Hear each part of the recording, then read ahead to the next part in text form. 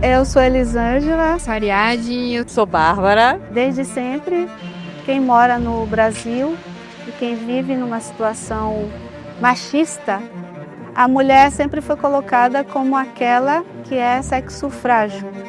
Cheguei à suposição de que eu não faria Aikido. O Aikido, ele vai além de uma arte marcial. Ele te ajuda a se autoconhecer.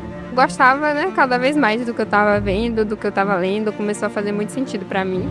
Eu sinto que várias vezes eu consigo enxergar, mas por diversas questões nem sempre eu consigo aplicar como eu gostaria. E eu, com meus 67 anos, não senti dificuldade. Não é impossível uma pessoa, depois de 60, praticar o Aikido. Eu acredito que nós mulheres precisamos sim entrar numa arte marcial, treinar e com seriedade, com afinco, para que se desenvolva habilidades de autodefesa.